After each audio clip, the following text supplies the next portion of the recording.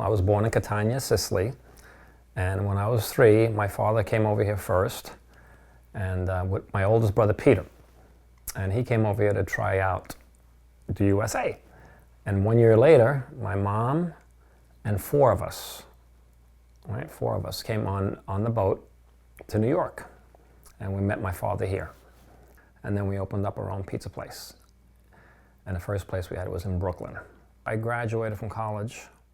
I met my wife there, and my wife and I just took off, traveled around the country, and moved to actually, after 6 months on the road, moved to Santa Barbara, California.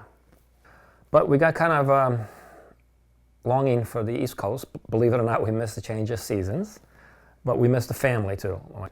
And we remembered Maine in our former travels, when we were only 24. We remembered Maine being really nice, and it was close enough to New York, but not in New York. Didn't want to go back to New York. Then I wanted to try, for some reason, we wanted to open up a little store, a retail front.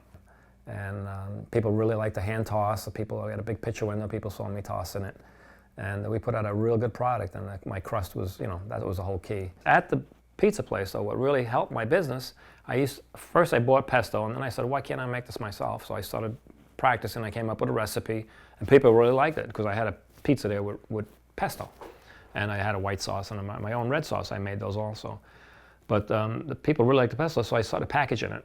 And I started selling it at the pizza place, just maybe, 20, 30 a week or something. And I was doing a half a gallon a week. And then I decided to close the shop, finish building a house. I took a year off, and I was running out of money, so I went back to baking. I baked bread, but I also sold pesto. It's funny, when I started doing the pesto at the pizza place, like I said, I did such a small amount. It was not a big deal. I just used a Cuisinart, and I'd do a small batch at a time. But when I started going bigger time, I started doing 20 gallons, now 25, 30 gallons a week. So I'd have to do a small batches at a time, all day long, mixing the oil with the basil and then the pine nuts and on and on.